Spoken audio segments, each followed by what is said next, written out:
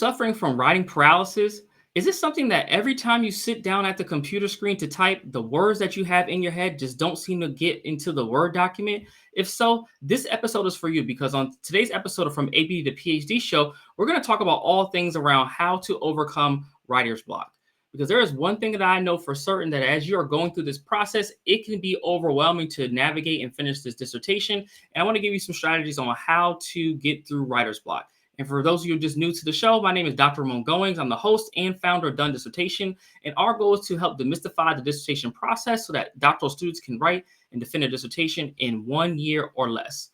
And today's episode of From ABD to PhD Show is sponsored by the Done Dissertation Velocity Coaching Program. And we are a supportive environment to help guide you step by step through the dissertation process so that you can defend and get to either finishing a dissertation proposal or your final dissertation. And if you want to learn more about the Velocity Coaching Program, you can go to www.velocitydissertation.com, or you can scan the QR code that is here on your screen. But now let's get into today's episode on how to overcome writer's block. There is one thing I know about you as a doctoral student. It could just seem like you have great ideas, you know where you're going, but sometimes you just don't get quite there. And I too have experienced writer's block. I actually experienced it recently with this book I'm working on how to chair dissertations for faculty. So I know exactly what you're going through. I want to give you some insights about things that have worked for me as well as our clients at Done Dissertation in order to overcome writer's block. So first things first, when we think about this, is that I want you to clear your responsibilities in order to clear your mind. You might be wondering, well, why would I need to clear out my responsibilities? Here's why. As a doctoral student, you have so many things that are coming at you and that are competing for your time and attention.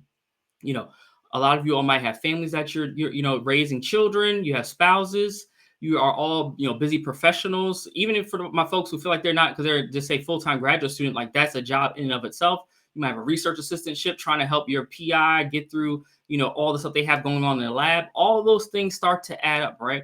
But one thing I've learned from a lot of our clients is that in order to finish quickly, you have to be willing to, at times throughout this process, be willing to clear your responsibilities. And so what this has looked like for some of our clients is that they have found ways to, give back tasks that they shouldn't really be doing, but they give it off to someone else. And just to give an example, recently, one of our clients came to our program and had just been experiencing some setbacks in terms of finishing, not because they didn't have the skill set, but because they just didn't feel like they had the time needed in order to finish. And so what we did is that we took an evaluation of their schedule and saw like, what things are you doing currently that you can give up? And I remember when they first joined the program, they had to, only come in for the first half hour of our office hour coaching calls each week because they had a responsibility that they were wrapping up. They realized that they need their time back. So literally they had this responsibility. They did it for 1 month and then they cut it off in order to get back their time. And this client, because they were able to do that, it gave them the space to be able to write their dissertation quicker. So over, 2 months, they were able to finish, they were working on chapter 2, the literature review, and finished and get ready to submit chapter 3. And soon enough, they'll be finishing up chapter 1 and have a whole proposal done in about 3.5 months. So these things are doable, but it first starts with you being willing to clear your calendar, because if you don't and clear your responsibilities, your mind won't be clear. Because remember, the dissertation process is such a taxing job. It does such a taxing load on you mentally, is that you have to have the space needed in order to write this thing. So just make sure that as you are thinking about this, that you get all responsibilities off your docket, because the sooner you do that, the easier it will be to show up and write. And I found that this is one of the things that's been really instrumental in me overcoming writer's block throughout my career. So I think this is important for you to consider as you're moving forward in the process. So once you get through and kind of clear your responsibilities to clear your mind, the next thing I want you to consider is that I want you to start breaking down the writing tasks into smaller pieces. So again, this might be foreign concept to you because you might think about, oh, I'm going to write my dissertation. And when you think about that, all you think about is, oh, I'm going to do, I'm going to write this chapter. But I want to share with you a little secret around why it is wrong to just think about, hey, I'm going to focus on writing my chapter at this point in time, because there's other things that you could be doing. When you think about writing the chapter, that's such a big concept. Just think about the literature review, because that's the chapter that we get the most complaints about. People are like, oh, I hate writing literature reviews. When folks think about the literature review, think, oh my God, I have to review all of that literature. This thing's going to be 30, 40, 50, 60 pages. And then you say, and if you sit down to write, you might say, I'm going to write the chapter. That's very difficult to do because it's like, where do you start? And are you a student that, as you are thinking through how to write, the first thing it comes to your mind is like, where do I begin? If so, part of the challenge is when you're thinking about the dissertation in such big pieces, what we want you to do is actually, shrink the dissertation to its smallest component. And how I would approach this is actually to start writing by sections. Some of you all may be better at this than I am. Like for me, in terms of my writing process, I like to do outlines with headers and some bullets about what I want to talk about related to the header. That's about as detailed as I get in my writing style. You might be very detailed. Some of our clients are extremely detailed to a point where essentially they're just taking their outline and they're just turning it into a narrative and it's already laid out. I'm cool with whichever way you go because I think writing is a creative process as much as it is a scientific one. And so I'm cool with your process, right? But whatever it is, break it down to the smallest components. And so here's why that's helpful. Let's take that same literature review. And let's say, for instance, that, I don't know, we had a section, let's say our literature review is going to be 40 pages. Let's just put that as our cap, right? 40 pages. And you look through your document and you recognize like, oh, I got about 8 sections that I need to write. Each of these, of the meat of the dissertation, each of these sections are going to be about 4 to 5 pages. Now, when you sit down to write, you may focus on one section and you're going to just get sections done and that builds into the chapter. So now your job each time when you go to sit down and write is no longer I'm going to finish this chapter. It's like, oh no, I'm going to finish this section on X topic. I promise you, if you start applying this to your writing, it will be so much easier. And this is something that really allowed me to shift my mindset when I was writing my newest book that I'm working on, because I just was stuck because I was getting into that mindset myself, like, oh, I need to focus on the chapter. But I had to start thinking about how did I write my dissertation and how do I approach journal articles? Like, no, I broke the book down into the smallest components. These sections build into chapters build into the complete project. When you think about it that way, it'll make your life a lot easier. Trust me. And if you apply, let us know in the comments, shoot us a DM, let us know how this has been helpful for you as you have been thinking about, getting through this process and, getting over writer's block. Now, once you break down the dissertation into smaller pieces, what I want you to do next and what I want you to consider then is knowing the creator versus the producer mode of writing and which mode of writing you are in. This is an analogy I give quite often, but I wanted to just sink in for you all because I think it's really important to recognize that I believe, and my argument often is that there are 2 distinct modes of writing. There's a creator mode of writing and there's a producer mode.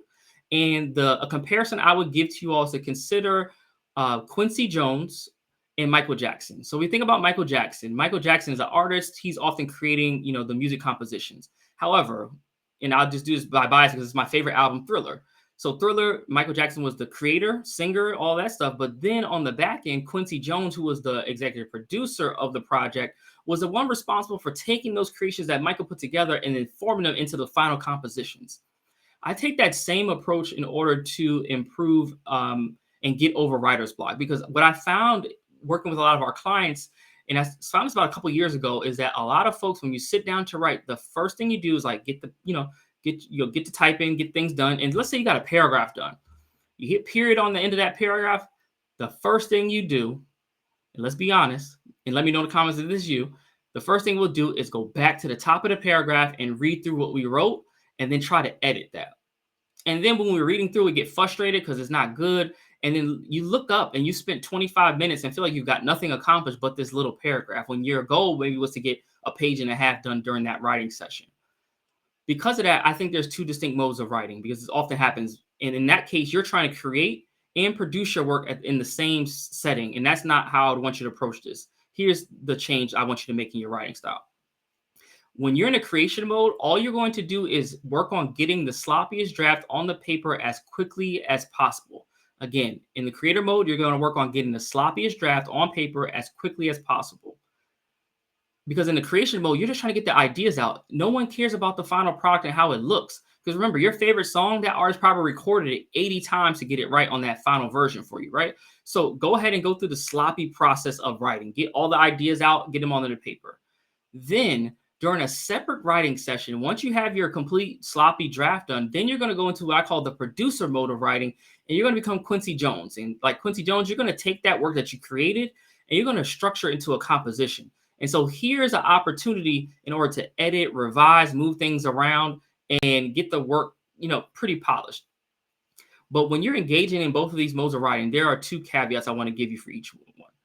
First, when you're in the creation mode of writing, your only thing that you cannot do once you create it, you cannot go back and edit as you create. That's my only caveat for you when you're in creation mode. So your job is only to get the sloppiest draft onto the paper. You cannot reread anything at this point in time because it will slow you down. And literally, if you're someone you're trying to find citations of those things, literally all you have to do is in your document, just go ahead and type in, let's say, say you had a sentence, someone so and so found X, Y, and Z. You want to put a citation, just put, and I put this in my own papers, come back and cite later and move on to the next sentence. Because what you're going to start doing is that then when you get to the production mode of writing, you can go back and clean those things up, add citations in, go back and add references. You do all that at the end, but not while you're in the creator mode. We want to get the ideas out and then we polish from there. Now, once you're in the creator mode, the caveat for you when you're in this mode of writing is that you cannot be concerned with the work being perfect. I want you to get it polished, but not perfect. Here's why. Once you get it put together and you submit it to your dissertation chair, your advisor, professor, if you're still in coursework watching this, they're always going to have some feedback or critique for you. So it's no sense of trying to get it perfect because perfection does not exist with this document. And so don't even worry about that. Get it good enough and then submit. And here's why. I know a lot of you might be thinking, well, good enough is not good. If you're watching this and you're still tuned in, I promise you, you're the student that is an overachiever. I know you are because I'm one of them, and our clients are those people, right? And what we have found is that when our clients get to this point, we say, submit it to us for review. Because at that point, we know that most folks who think they got it okay is typically really good. And so we want to help, you all think through that. So just make sure that you are willing to, let go of the writing at some point, because perfection does not exist. And I hope this is helpful as you are thinking through, getting over writer's block. It's just such a hassle. I know because I experienced it. I'm like, man, how do I do this? And how do I do this to a point where I can hurry up and get out of this process?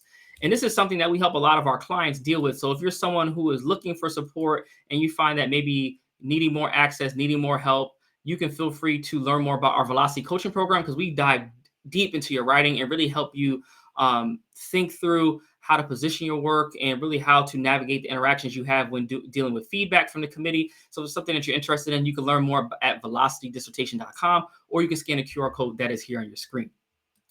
Now, what I want to get into is the last point for today's episode is that once you know who, in terms of what you're doing as a writer, whether you're in the creator or producer mode of writing, the last piece I want you to consider is you have to really get to the root of the writing block and create your solution.